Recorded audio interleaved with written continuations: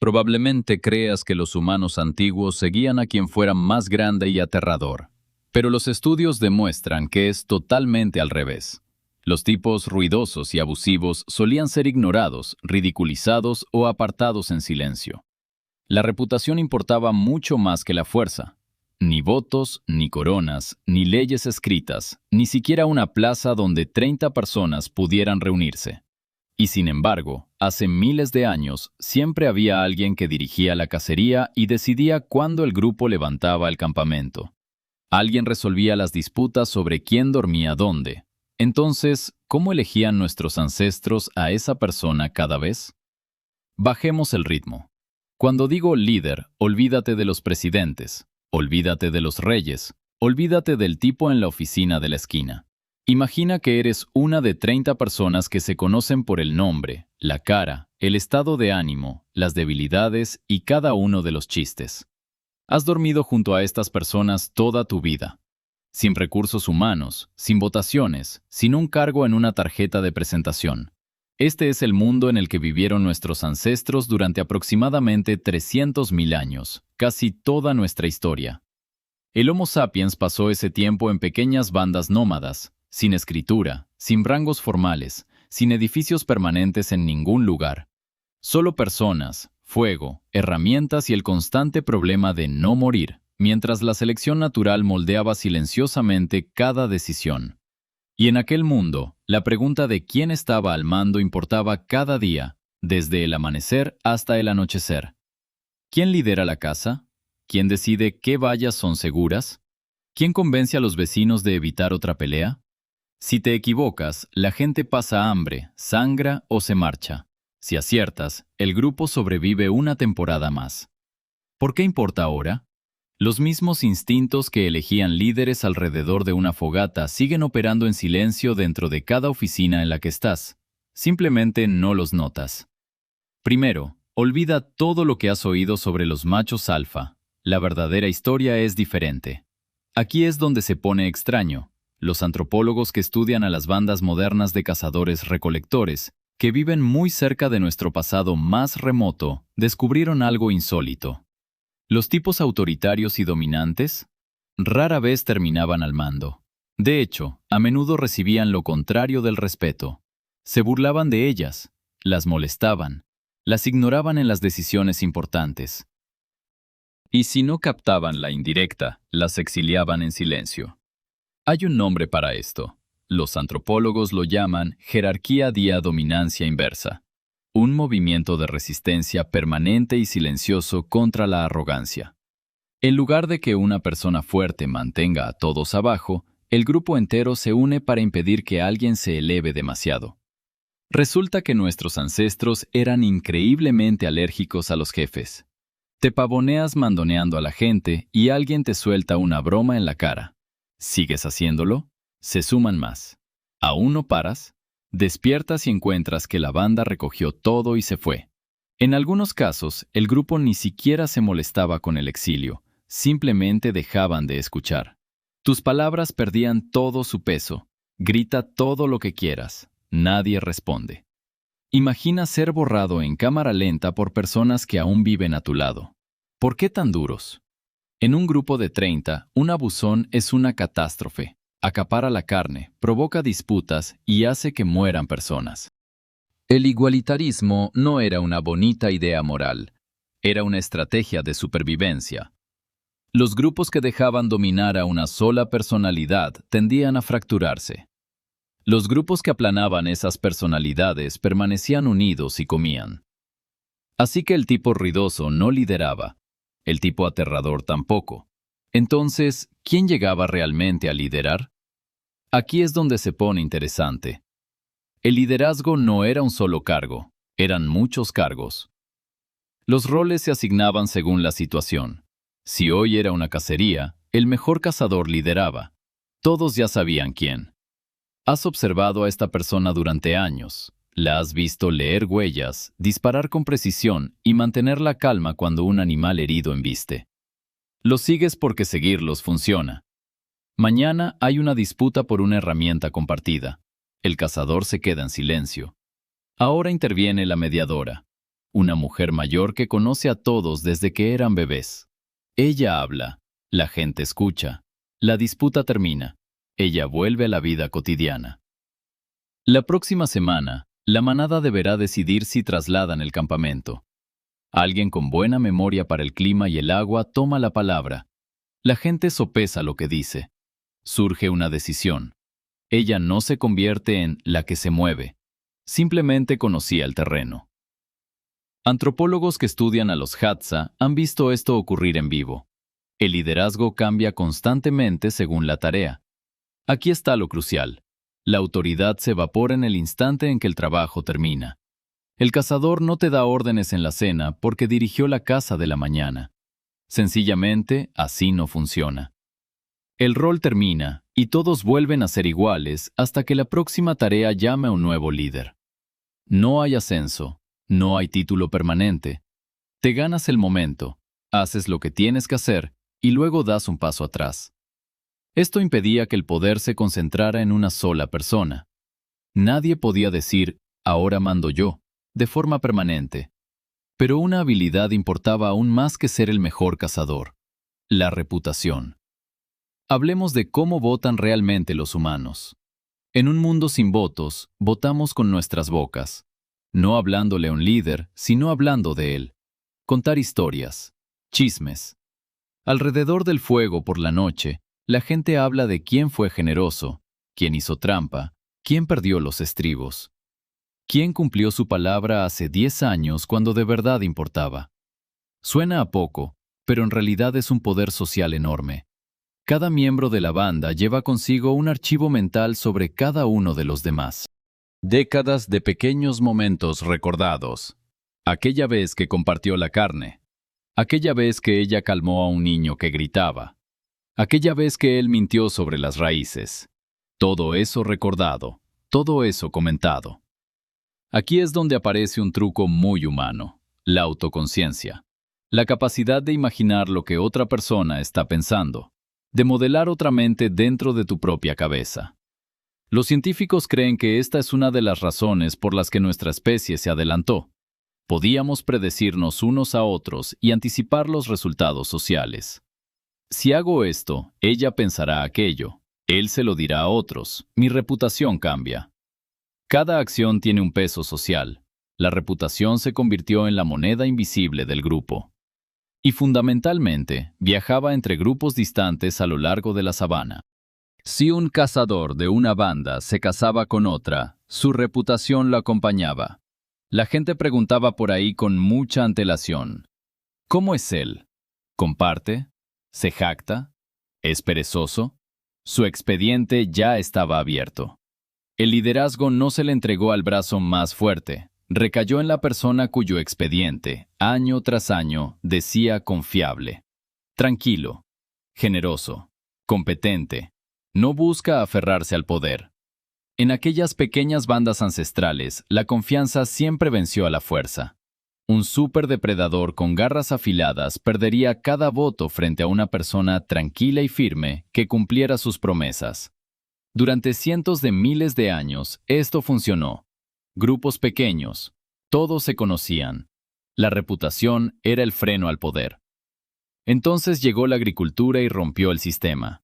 Hace unos 12.000 años, la gente comenzó a plantar semillas en lugar de recolectarlas. Se quedaron en un lugar, almacenaron alimentos, y almacenar alimentos lo cambió todo sobre el poder humano y las relaciones humanas para siempre. Por primera vez en la historia de la humanidad, algunas personas podían tener mucho más que otras de forma duradera. Un cazador que mata un animal grande tiene que compartir. La carne se pudre. Un agricultor que llena un granero, no. Puede sentarse sobre ese excedente. Puede contratar gente con él, prestarlo, retenerlo o construir cosas. Puede incluso contratar guardias para esas cosas. Mientras tanto, el viejo control al poder dejó de funcionar en silencio. Todos observando a todos en un grupo de 30 se desmorona cuando los grupos crecen a 300 y luego a 3000. No puedes conocer la reputación de todos ya. No puedes chismear hasta llegar a un consenso con desconocidos que en realidad nunca has visto. Alguien tiene que tomar decisiones por personas que nunca ha conocido. Entra en escena el gran hombre, un término antropológico real. En muchas de las primeras sociedades agrícolas surgió cierto tipo de hombre. No era de la realeza. No fue elegido por nadie. Construyó su influencia ofreciendo banquetes, repartiendo regalos y dejando a los demás en deuda con él. En silencio, para siempre, cómodamente. No era tanto un líder, sino más bien una red andante de favores. Su voz tenía peso porque todos le debían algo. Los grandes hombres se convirtieron en jefes. Los jefes se convirtieron en gobernantes hereditarios. En algunos lugares vemos indicios de una autoridad religiosa permanente. Observa Göbekli Tepe, en la actual Turquía. Enormes pilares de piedra tallados y levantados hace 11.000 años, antes de la agricultura. Alguien organizó todo eso. Alguien convenció a cientos de personas para carrear piedra y tallar animales en esos pilares imponentes. Esa persona, casi con toda seguridad, tenía autoridad ritual. No solo fuerza bruta, sino la pretensión de hablar en nombre de algo más grande. La selección natural no se detuvo, por cierto. En estos grupos más grandes, los humanos que prosperaron no eran solo los más fuertes, eran los constructores de coaliciones. Personas capaces de mantener unida una red de favores y recordar cada una de las deudas. Quien podía percibir un cambio de ánimo en la multitud. La política, básicamente, había nacido. Y entonces llegó la parte impactante. Porque aquí está la cosa. Aquellos primeros jefes y reyes no estaban a salvo. Ni un poquito, la verdad. En muchas sociedades antiguas, el liderazgo venía con una condición aterradora. Si la cosecha fracasaba, si la guerra se perdía, si las lluvias no llegaban, el jefe podía ser asesinado, a veces ritualmente, a veces en silencio, a veces con gran ceremonia.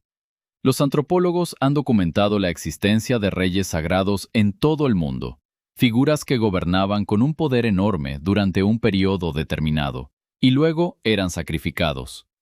A veces el plazo era corto, 1 año, 7 años, lo que la tradición exigiera de ellos. Cuando el reloj se detuvo, ellos también. En algunas culturas, la salud del rey era vigilada constantemente por todos. La primera señal de debilidad, una cojera, una tos, una cana, podía desencadenar su reemplazo, a veces de forma muy violenta. Los chamanes, los sacerdotes y las figuras espirituales a menudo servían como un contrapeso al poder político en las primeras tribus humanas. Si el jefe se excedía, el chamán podía afirmar que los espíritus estaban enojados y podía retirarle la legitimidad. En muchas tribus, el chamán se mantenía deliberadamente fuera de la cadena de mando, precisamente para poder criticarla. Así que el liderazgo, incluso después de que las bandas igualitarias se desmoronaran, no era un premio gordo. A menudo era un trabajo peligroso y temporal. Tenías los banquetes, el poder, la influencia. Y también tenías el cuchillo, por si algo salía mal. El viejo instinto, la profunda desconfianza hacia cualquiera que se eleve demasiado, nunca murió del todo. Solo cambió de forma. En lugar de alejar al abusón del campamento, empezamos a matar al rey fracasado. Eso nos lleva a la verdadera respuesta. Alejas la mirada a través de bandas, tribus, jefes y reyes, y ves un mismo patrón que se repite a lo largo de casi toda la historia humana. Surgieron líderes, no fueron designados, no realmente. La gente simplemente seguía a quienes se ganaban el derecho a ser seguidos. El consentimiento fluía hacia arriba, desde el grupo, no hacia abajo desde un título. Y ese consentimiento siempre podía ser retirado. Retirada silenciosamente a través del chisme, ruidosamente mediante la burla, formalmente por el exilio, y a veces, ritualmente, mediante el sacrificio del líder. La persona en la cima tenía que ganarse su lugar una y otra vez. Cada día, cada decisión, cada cacería, cada cosecha. El poder no era una posesión, era un préstamo, y el grupo, no el líder, siempre tenía los papeles en la mano. Esto es lo que la escuela no te enseñó. Imaginamos la historia como reyes imponiendo su voluntad sobre todos los que están debajo de ellos. Pero debajo de todo eso, en silencio, la antigua regla seguía en marcha. El grupo era el verdadero soberano, siempre. Los líderes eran simplemente la expresión actual de lo que el grupo toleraría, ni más ni menos, a lo largo de todos los tiempos. Ahora piensa en tu propio lugar de trabajo. En serio, piensa en la última persona verdaderamente respetada con la que trabajaste. ¿Fue el más ruidoso? ¿El de mayor título? ¿O alguien que, en silencio, hizo un buen trabajo y cumplió su palabra? Alguien que no se llevó el crédito, que se mantuvo tranquilo cuando las cosas se torcieron. Ya sabes la respuesta, en el fondo. Es el instinto de la banda de cazadores que sigue activándose dentro de tu corteza prefrontal moderna, miles de años después de la sabana. Las jerarquías modernas fingen funcionar con títulos y organigramas. En realidad funcionan con reputación, chismes y consentimiento. Las mismas 3 herramientas que usaban nuestros ancestros alrededor del fuego hace 30.000 años en la sabana abierta. Cuando un jefe pierde el respeto de la sala, no importa lo que diga su cargo, la gente simplemente deja de responder. Las reuniones se acortan, los correos tardan más en llegar. Es un exilio silencioso, disfrazado con ropa de oficina, entregado sin hacer ruido. Todavía chismeamos, compulsivamente. ¿Esa charla junto al dispensador de agua sobre el gerente que se atribuyó el trabajo de otra persona? Esa es una actualización de reputación del Pleistoceno ocurriendo en vivo. Ese chat grupal desahogándose sobre un líder tóxico usa el mismo mecanismo, la misma herramienta que tus ancestros usaban para decidir si seguir a un cazador en particular hasta lo más profundo de la selva. Todavía desterramos a los abusadores. Ahora es más lento, más complicado. Viene con abogados, reuniones de recursos humanos y paquetes de indemnización. Pero cuando a una persona realmente tóxica la expulsan de un equipo, el guión subyacente tiene 30.000 años de antigüedad. Los estudios demuestran que los grupos rinden peor cuando los lidera un imbécil dominante y mejor cuando el liderazgo se reparte según las habilidades. Por eso, también los jefes tóxicos se sienten mal en un nivel tan profundo y físico. No es solo algo molesto. Está biológicamente mal. Tu cuerpo está ejecutando un programa que espera que el liderazgo se gane y pueda revocarse libremente. Cuando no es ninguna de las dos, cuando alguien con un cargo te grita y no puedes replicar, esa disparidad genera angustia. No estás siendo dramático. Solo eres un cazador-recolector atrapado dentro de un cubículo beige, esperando el fuego. La oficina parece moderna, pero las reglas que la rigen por debajo son antiguas. Reputación, consentimiento, competencia y humildad. Las mismas cosas que decidían quién lideraba la casa, ahora deciden en silencio quién lidera de verdad tu equipo hoy. Una última pregunta extraña antes de que te vayas. Si los ancestros elegían a sus líderes por reputación, ¿cómo castigaban a quienes rompían las reglas?